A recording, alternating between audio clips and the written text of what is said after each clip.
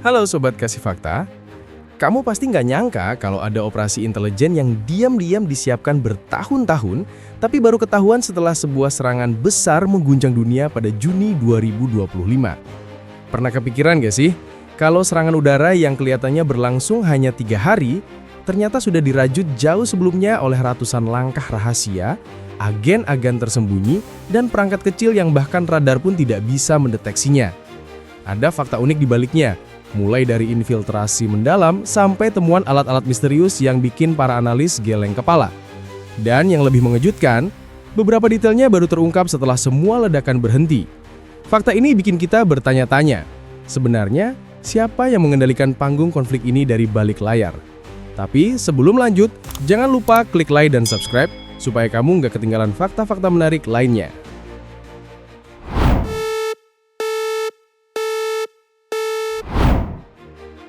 Pada awal bulan Juni 2025, udara politik di Timur Tengah mulai menghangat lebih cepat daripada musim panas yang mendekat. Namun, di balik berita harian yang tampak datar, ada pergerakan halus yang nyaris tidak terdeteksi publik. Sumber internasional mulai membocorkan kabar yang mengguncang. Israel diduga mengerahkan sekitar 100 agen intelijen ke dalam wilayah Iran, jauh sebelum serangan udara besar pada tanggal 13 sampai 15 Juni 2025. Kabar ini bukan muncul dari rumor jalanan, melainkan dari laporan yang dikutip beberapa media global yang kerap bersandar pada pejabat yang tak disebutkan namanya. Laporan yang menyalahkan kembali segenap kecurigaan publik terhadap operasi-operasi senyap Mossad. Penempatan agen itu disebut dilakukan secara bertahap, seolah menanam biji dalam tanah yang gelap. Perlahan tapi pasti, tim intelijen itu menyusup ke berbagai titik strategis di Iran. Kota Teheran menjadi salah satu pusat pengintaian, tempat di mana lalu lintas politik dan militer negara itu saling berjalin. Di Isfahan, kota yang tak jauh dari fasilitas sensitif Iran, 2 atau 3 agen dikabarkan menyaru sebagai pekerja, pedagang, atau bahkan warga biasa. Ada pula agen yang diarahkan ke Shiraz, kota besar yang selama ini dianggap tenang namun menyimpan jalur cadangan ke beberapa infrastruktur vital. Dan yang paling mencolok adalah kehadiran agen-agen di sekitar Natanz dan Fordow, 2 situs nuklir yang sejak lama menjadi titik tarik perhatian intelijen dunia. Menurut laporan tersebut, pergerakan agen sudah dimulai beberapa minggu sebelum Israel melepas gelombang serangan udara pada pertengahan Juni. Dalam narasi yang disampaikan oleh sumber Israel, operasi infiltrasi ini bukan tindakan spontan, melainkan hasil perencanaan yang diolah selama bertahun-tahun. Proses yang mengandalkan ketelitian tingkat tinggi, pengumpulan data tanpa henti, dan jaringan rahasia yang menyebar hampir seperti akar pohon tua di bawah tanah. Tugas yang dibebankan kepada agen-agen itu juga tidak biasa. Mereka disebut melakukan pemetaan lokasi strategis militer Iran dengan detail yang luar biasa. Fasilitas nuklir utama menjadi prioritas, disusul jaringan rudal balistik, sistem radar, serta gudang drone dan roket. Misi ini tampak seperti upaya memastikan bahwa setiap celah dalam pertahanan Iran dapat diketahui sebelum pesawat tempur Israel melintas di langit mereka. Namun, pemetaan hanyalah satu bagian dari tugas besar tersebut. Agen-agen itu juga dilaporkan menanam perangkat kecil yang digambarkan sebagai beacon rahasia.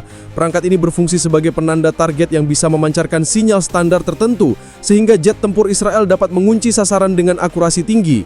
Sinyal semacam ini tidak mudah dideteksi oleh radar lawan, dan justru itulah keunggulannya.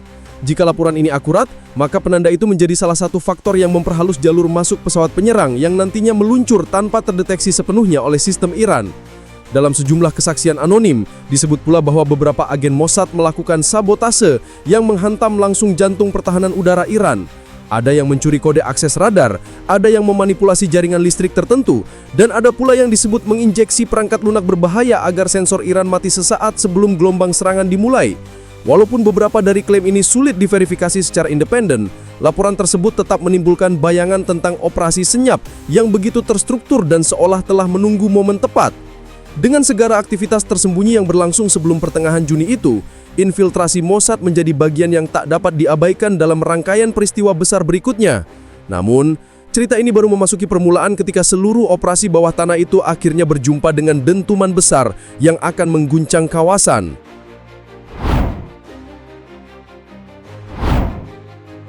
Menjelang fajar tanggal 13 Juni 2025, langit Iran berada dalam keadaan yang tampaknya biasa saja. Namun beberapa jam sebelum matahari terbit, radar militer Iran mulai menunjukkan pola yang tak wajar.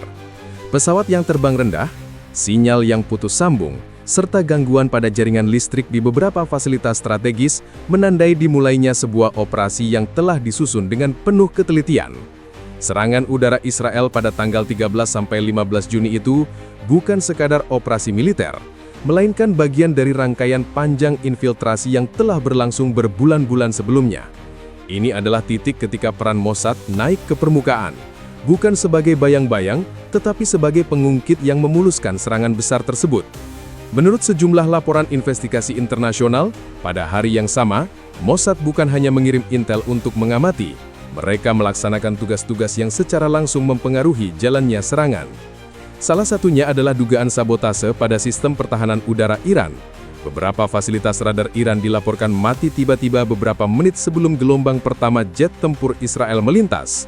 Pada saat yang bersamaan, sistem listrik di dekat instalasi militer tertentu mengalami gangguan yang menyebabkan pemadaman singkat.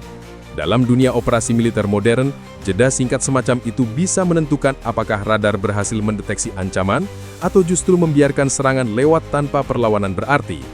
Pada pagi hari tanggal 13 Juni, laporan lapangan mulai mengalir mengenai ledakan yang mengenai fasilitas nuklir dan pabrik rudal Iran. Di antara target yang dihantam adalah area dekat Natanz, pusat pengayaan uranium yang selama bertahun-tahun menjadi fokus tekanan dari Israel dan negara-negara barat. Beberapa jam kemudian, situs militer di wilayah lain juga dilaporkan terkena serangan, dengan api membumbung tinggi dan sejumlah struktur mengalami kerusakan berat. Serangan ini berlangsung berlapis, dengan gelombang berikutnya menyusul pada hari berikutnya hingga tanggal 15 Juni. Sumber Israel yang dikutip oleh media internasional pada hari kejadian menjelaskan bahwa keberhasilan serangan tersebut tidak berdiri sendiri. Mossad disebut telah menempatkan beberapa perangkat rahasia di dekat situs-situs strategis. Perangkat ini bukan hanya berfungsi sebagai penanda target, melainkan juga diduga membantu menggandu drone kecil yang telah diselundupkan ke wilayah Iran sebelum serangan dimulai. Drone-drone itu kabarnya berfungsi sebagai pengumpul data dan pemberi sinyal yang memperjelas posisi target sebelum jet tempur tiba. Sebagian laporan menyebut bahwa perangkat itu juga berperan melumpuhkan sensor tertentu, membuat sistem pertahanan Iran seperti kehilangan arah pada detik-detik genting. Pada tanggal 14 Juni, analis internasional mulai menyinggung tentang kemungkinan bahwa infiltrasi intelijen telah berlangsung jauh lebih lama daripada yang diperkirakan publik.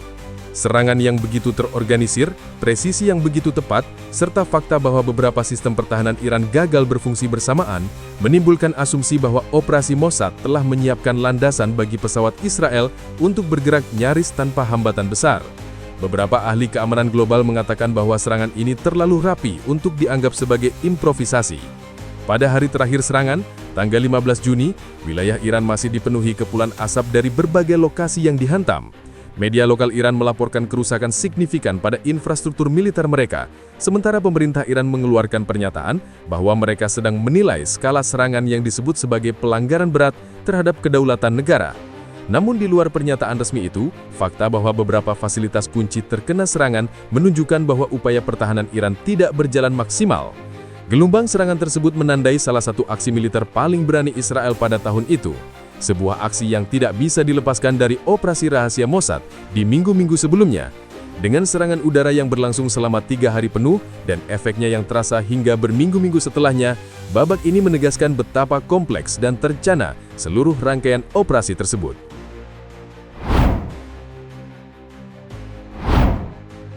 Setelah dentuman terakhir mereda pada tanggal 15 Juni 2025, Iran memasuki hari-hari yang penuh ketegangan. Asap masih mengepul dari beberapa situs militer yang menjadi sasaran, sementara media nasional berupaya menyampaikan narasi yang menunjukkan ketegaran negara. Namun di balik pesan-pesan resmi, pejabat Iran harus berhadapan dengan kenyataan bahwa sebagian sistem pertahanan mereka tidak merespons sebagaimana mestinya. Pemeriksaan internal mulai dilakukan sejak hari pertama pasca serangan, dan hasil awalnya memunculkan dugaan adanya perangkat asing yang ditemukan di beberapa titik strategis. Pada tanggal 17 Juni, laporan pertama mengenai penemuan alat berukuran kecil muncul dari tim investigasi di dekat fasilitas militer barat Iran. Alat itu digambarkan sebagai pemancar yang masih memegang jejak sinyal tertentu.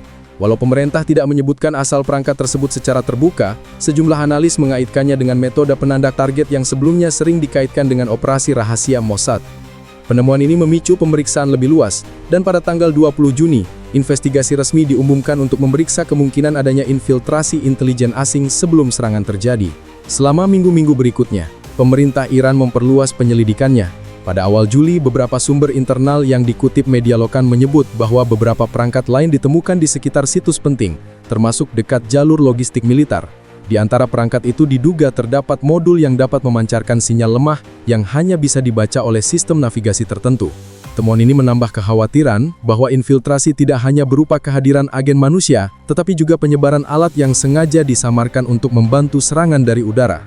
Situasi memanas kembali pada bulan Agustus, ketika Iran mengumumkan bahwa mereka telah menangkap sekelompok warga negaranya atas dugaan bekerja sama dengan intelijen Israel. Pada tanggal 12 Agustus, 8 orang ditahan di beberapa kota berbeda termasuk Teheran dan Isfahan. Pemerintah menuduh mereka terlibat dalam pengiriman informasi penting kepada pihak asing, termasuk koordinat lokasi sensitif yang diduga menjadi sasaran serangan. Pada tanggal 20 Agustus, media pro-pemerintah melaporkan bahwa sebagian dari mereka telah dijatuhi hukuman berat, sementara yang lain menunggu proses hukum lebih lanjut. Langkah ini menandai upaya Iran dalam menampilkan ketegasan setelah dihantam serangan yang menggugurkan sejumlah fasilitas vitalnya. Sementara itu, komunitas internasional menunjukkan reaksi yang terbagi. Pada minggu ketiga Juni, beberapa negara barat menilai serangan ini sebagai tindakan yang didorong oleh kekhawatiran atas program nuklir Iran. Namun beberapa negara lain menyebut serangan ini sebagai eskalasi berbahaya yang dapat memperlebar konflik regional. Pada tanggal 25 Juni, beberapa analis hubungan internasional mulai mengungkap bahwa sebagian fasilitas bawah tanah Iran kemungkinan masih dapat berfungsi, meski beberapa bagian mengalami kerusakan serius. Secara keseluruhan, serangan Israel pada pertengahan Juni telah menimbulkan dampak yang luas.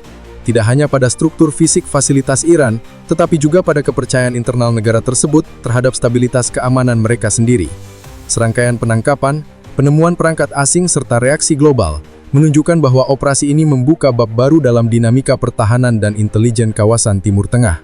Operasi ini meninggalkan jejak yang menggambarkan betapa rapuhnya keamanan suatu negara ketika infiltrasi terjadi jauh sebelum dentuman pertama terdengar di langit mereka. Pada akhirnya, rangkaian peristiwa ini menunjukkan betapa sunyi jalannya operasi intelijen dibandingkan riuhnya ledakan yang terdengar dunia. Banyak keputusan diambil jauh sebelum tanggal 13 Juni 2025, di ruang rapat tertutup, di lorong gelap tanpa kamera, dan di antara pesan yang tidak pernah sampai ke halaman depan berita harian. Apa yang tampak sebagai serangan 3 hari, sesungguhnya disanggah bertahun-tahun pengintaian, penyamaran, serta langkah-langkah yang nyaris tak terlihat. Dari sudut pandang publik, yang tampak hanyalah peta, angka, dan pernyataan resmi. Namun, di balik itu semua, selalu ada operasi yang berjalan di bawah permukaan, membawa konsekuensi yang sulit diprediksi. Perang modern bukan lagi sekadar deru jet tempur di langit, melainkan juga pertarungan senyap antara informasi, teknologi, dan strategi yang disusun jauh sebelum hari pertama serangan dimulai. Jika kamu tertarik mengikuti rangkaian fakta faktual seperti ini, jangan lupa untuk subscribe ke channel Kasih Fakta dan aktifkan lonceng notifikasi agar kamu tidak ketinggalan fakta menarik lainnya.